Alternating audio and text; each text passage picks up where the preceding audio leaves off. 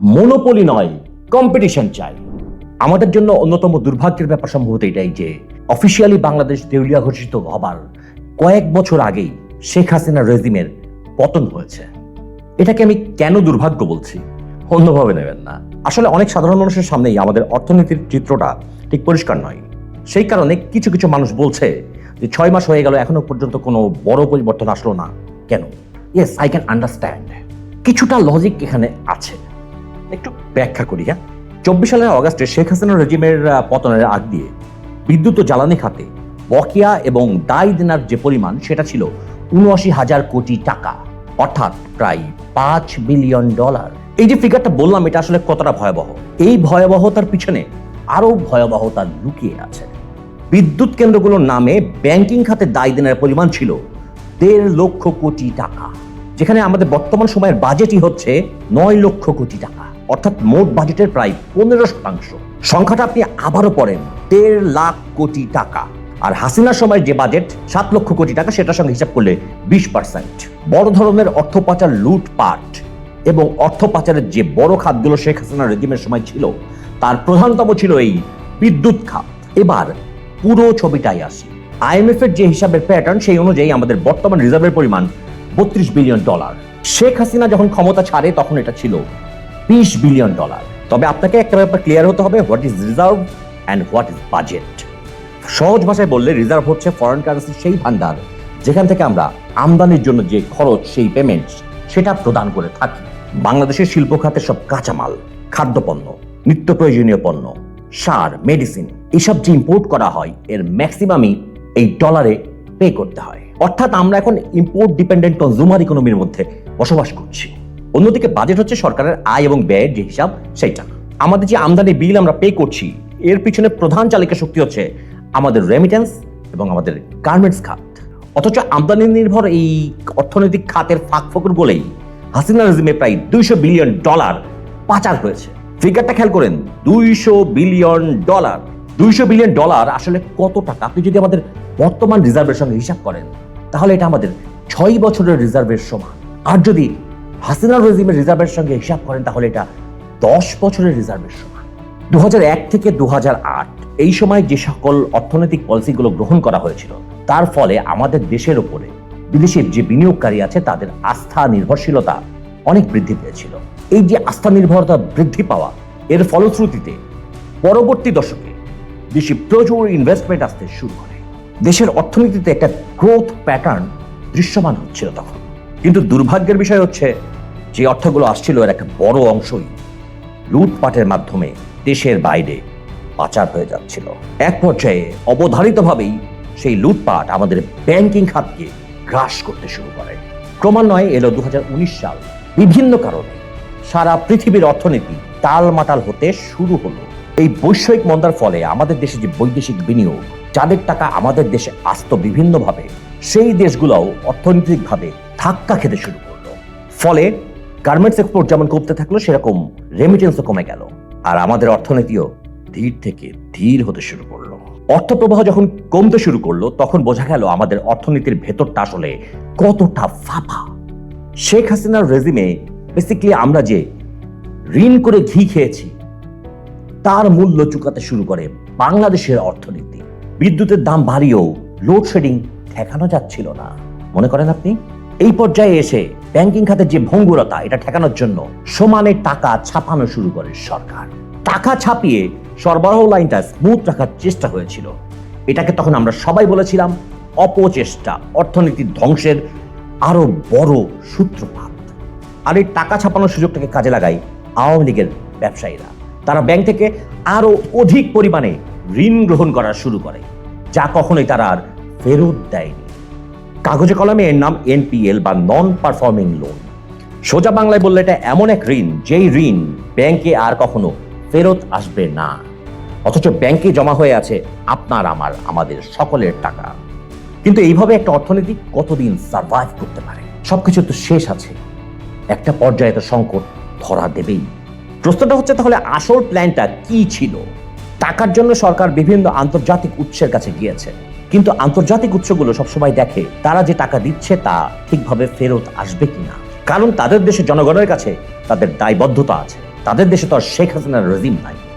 সরকার ইন্ডিয়ার কাছে গিয়েছিল, সরকার চায়নার কাছে গিয়েছিল, সরকার আন্তর্জাতিকভাবে আরো অনেক বড় বড় সংস্থার কাছে গিয়েছিল, কিন্তু এক IMF ছাড়া আর কোথাও লোন পায়নি। ফলে শেষ পর্যন্ত প্রয়োজনীয় অর্থের সংস্থান আর সম্ভব হয়নি। আর এরপরে আসে রাজনৈতিক পতন, চলে আসে 36শে জুলাই। আমার বক্তব্য খুব স্পষ্ট, অর্থনৈতিকভাবে পুরোপুরি দেউলিয়া হওয়ার আগেই শেখ হাসিনার রেজিমের পতন হয়েছে। এটা অবশ্যই আমাদের জন্য একটা সুসংবাদ বটে। এখন সমস্যার কথা তো বললাম, এর সমাধানটা কোথায়? আমাদের দেশের অর্থনৈতিক চিন্তায় সরকারের যে নিয়ন্ত্রণ আছে, সেই নিয়ন্ত্রণকে অনেকখানি শিথিল করে আনতে হবে। ওদের আনলে পরে বিপদ হবে, এই দেশকে আনলে ওই দেশ রাগ করবে, এই চিন্তা বাদ দিয়ে অর্থনীতি আমাদের সাজাতে হচ্ছে। আমাদের কম্পিটিশন তৈরি করতে হবে। ইন্টারন্যাশনাল যে প্লেয়ার গুলো আছে তাদেরকেও আমাদের কম্পিটিশনের মধ্যে ফেলতে হবে। দেশের যে প্রাইভেট সেক্টর গুলো আছে তাদেরকে আগিয়ে আসতে হবে এবং তাদেরকেও চূড়ান্ত রকমের কম্পিটিশনের মধ্যে ফেলতে হবে। Only competition can prevent monopoly business. অর্থাৎ দেশীয় হোক বা আন্তর্জাতিক হোক, কাউকেই ওয়ান সাইডেড গেম খেলতে দেওয়া যাবে না। বিদ্যুৎ গ্যাসে যদি চাইনিজ কোম্পানি থাকে, আমেরিকানরাও আসুক, রাশিয়ানরাও আসুক, জার্মানিও আসুক, একই সঙ্গে একাধিক কোম্পানি কম্পিটিশন করুক। মনোপলি নয়, কম্পিটিশন চাই। বাইক স্ট্যান্ড যে সময়টা আমরা পাচ্ছি, এই সময়টাকে আমাদের কাজে লাগাতে হবে রিস্ট্রাকচারিং এর কাজে। রিনিউয়েবল এনার্জিতে অ্যাগ্রেসিভ লেভেলের ইনভেস্টমেন্ট বাড়াতে হবে।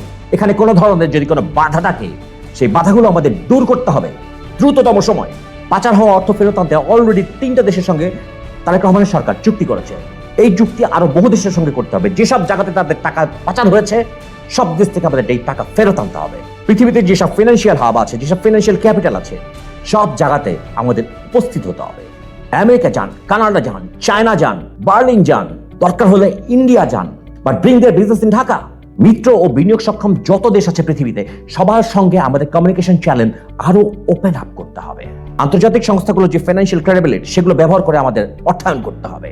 একই সঙ্গে চীন ও গালফের যে প্রাইভেট ইনভেস্টমেন্ট গুলো আছে, সেগুলোকে আমাদের অ্যাট্রাক্ট করতে হবে এবং এই লক্ষ্যে আমাদের সরকার কাজ করে যাচ্ছে। আমি দায়িত্ব নিয়ে বলতে পারি, বর্তমান সরকার এইসব পথগুলো অবলম্বন করা শুরু করেছে ইতিমধ্যেই। They are trying their level best. এত কথা যখন বললাম, তখন কথা হচ্ছে সমস্যাটা আসলে কোথায়? আমাদের সমস্যার জায়গায় একটা, আমরা জনগণকে বোঝাতেই পারছি না যে দেশটা কোথা থেকে এসেছে, কি অবস্থায় আমরা দেশটাকে পেয়েছি, কত ফান্ড ছিল তখন দেশের হাতে, আগে কি করা হয়েছিল, সেগুলোর বদলে আমরা এখন কি করছি, কিভাবে করছি। পপুলিজমের পিছনে না ছুটে কেন আমরা বিভিন্ন কঠিন সিদ্ধান্ত নিচ্ছি এবং এগুলোর ফল পেতে আমাদের কত সময় লাগবে, এই বিষয়গুলো পরিষ্কার করতে আমাদের বেগ পেতে হচ্ছে। আমাদের যে নিজস্ব মিডিয়া পাবলিকেশনস গুলো, তারা অদক্ষ।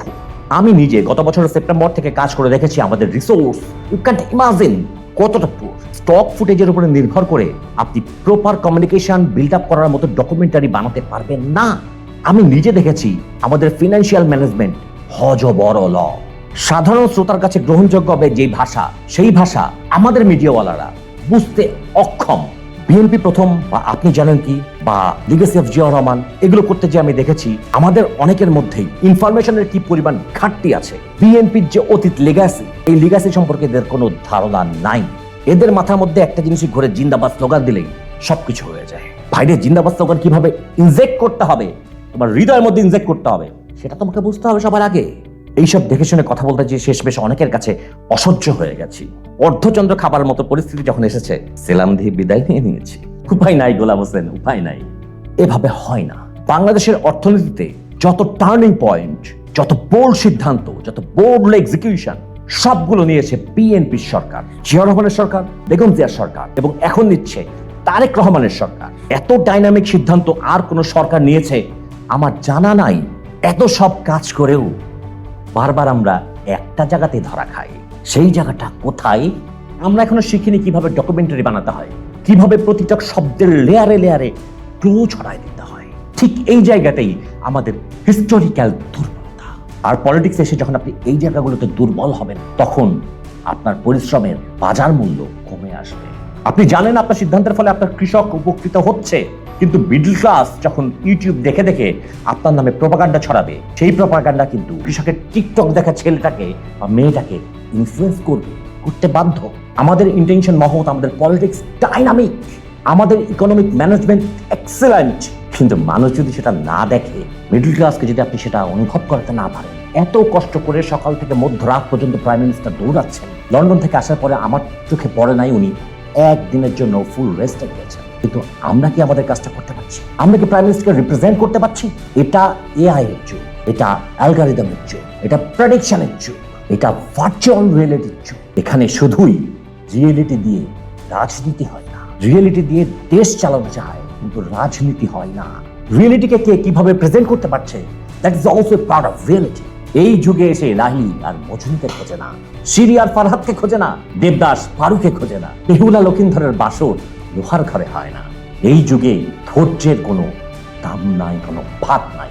এই যুগে রিয়েল অ্যাপ্রোচকে কেউ দেখে না।